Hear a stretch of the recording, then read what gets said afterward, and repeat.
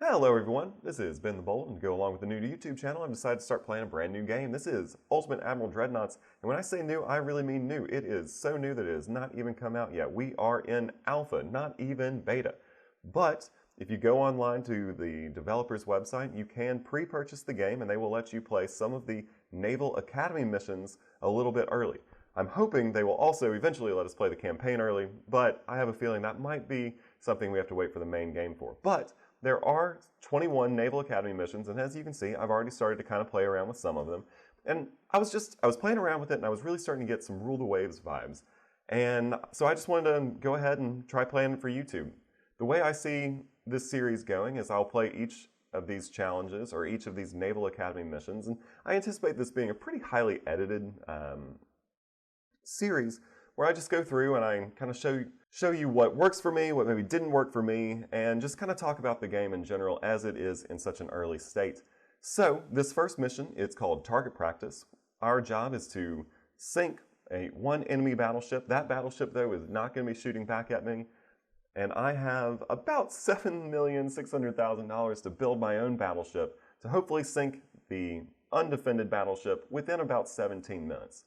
So the first option we have is a tech option. We get to choose a bonus. So we can either optimize secondary guns, optimize main guns, or have a nice balance between the two. I think in this case, because I'm really just trying to punch through the other battleship's hull, I'm going to optimize main guns. Who knows? That might be the wrong decision, but we'll have to see. I'm still very early in this game. It's a very new game, and I'm still learning a lot about it. So here is our Hulk. It is a Battleship 2 Hulk. And we have the option to give it some towers, give it some funnels, main guns, secondary guns, casements. We also have all these components that we can add to it. Now, this first mission, I think, is meant to model pretty early on in the campaign, so there's not a lot of tech available to us. As you can see, a lot of these components are not available yet. They say they need required techs, and we just don't have them yet. As we go through more naval missions, more Naval Academy missions, that is, we will start to get more of these techs available and start to really pimp out our battleships in some really fun and interesting ways, I think. So let's just start out by giving it some towers. I think in this case, because I am anticipating this being a pretty close range battle, that I don't need the super expensive, super heavy towers to get those accuracy bonuses, because I'm going to pull up right alongside of this undefended battleship and hopefully just pulverize it with some big heavy guns. The funnels, from what I understand, no matter what I have my engine doing, or no matter what I set my speed for, if they don't have proper funnels or enough funnels, then the engine will never get up to full efficiency and it will never be able to hit its top speed.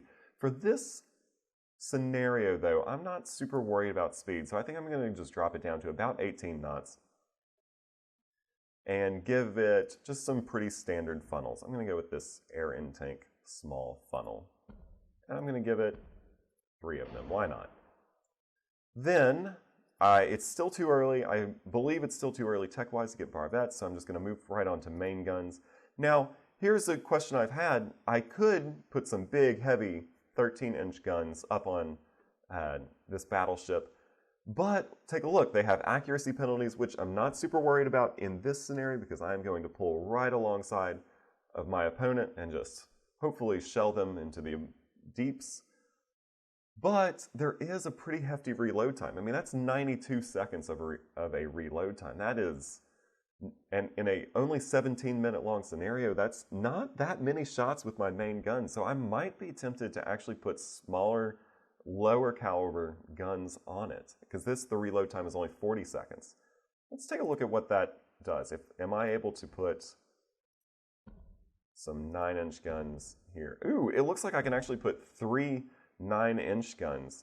And I think for this scenario, that's going to be okay. It does tell me that some of my parts are about, well, no, that error message disappeared. So I currently have 3 9-inch guns. I'm not going to put any secondary guns, but I am going to put quite a few casemates guns. I think I'm going to put 4 6-inches. And then maybe just a bunch of 5-inch guns. And I might be very wrong. Maybe the strategy should be to go with smaller casemate guns to really try to pump out the high rate of fire and catch the opponent's ship on fire. We'll just see. We'll just see. I'm going with heavier casemates. Can I put torpedoes on it? Yeah, I'm going to put some torpedoes on. All right, and I think I'm coming in underweight. I think this might be all. I'm not worried about, getting new armor or more hull protection or even my bulkheads because the other ship isn't going to be shooting at me. And I can enhance my reload rate. That could be very helpful. I'm going to do that. Now I'm slightly overweight. That's no problem. I'm actually just going to increase the displacement up just a little bit to 14,700 tons. And let's go ahead and see how this ship does. All right, and here we are in the scenario. I will go ahead and just, well, first of all, just marvel at how good this game looks. I mean, look at this. Look at this. First of all, the water looks amazing, but look at this ship model. For anyone who's played some Rule the Waves, this is just a dream come true to be able to see your creations like actually coming alive. Look at it as the battleship Soberano slowly meanders by. Look at those big guns. Ah, I love it. I'm very excited about this game. I'm so excited about the campaign. I will go ahead and we're just gonna start pulverizing this thing. I will go ahead and just speed up the video here until I'm a little closer to sinking it. I don't anticipate this being a super dramatic battle. And as this video is sped up, I do just want to talk a little bit about my strategy of using those 9-inch guns. I did start to notice that these 9-inch guns were just kind of bouncing off the hull. They weren't getting a lot of penetration. However, I still think I made a good decision just because even though I'm not punching through that steel armor of the battleship Oregon the way I might have wanted to, I am instead able to push a lot more projectiles downrange, a lot faster because of the higher reload rate, and also being able to add 3 9-inch guns instead of just 2 13-inch guns. I did start to notice that the battleship Oregon caught on fire, although their crew did a really good job at putting it out. You'll just notice that I'm just like barely creeping past.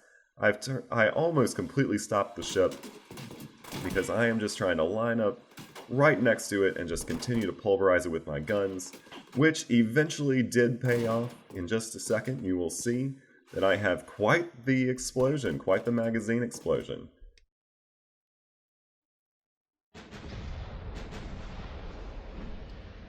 Okay, and it looks like we have done it. Those 9-inch guns really did the high rate of fire did seem to really help there. I will say it caught me by surprise just a little bit because it just exploded out of nowhere. So we maybe detonated a main battery or something. But those 9-inch guns did seem to do the trick. I liked how fast they reloaded. Anyway, tune in next time for when we'll take on the second Naval Academy Challenge, Gun Basics. This time, the enemy shoots back.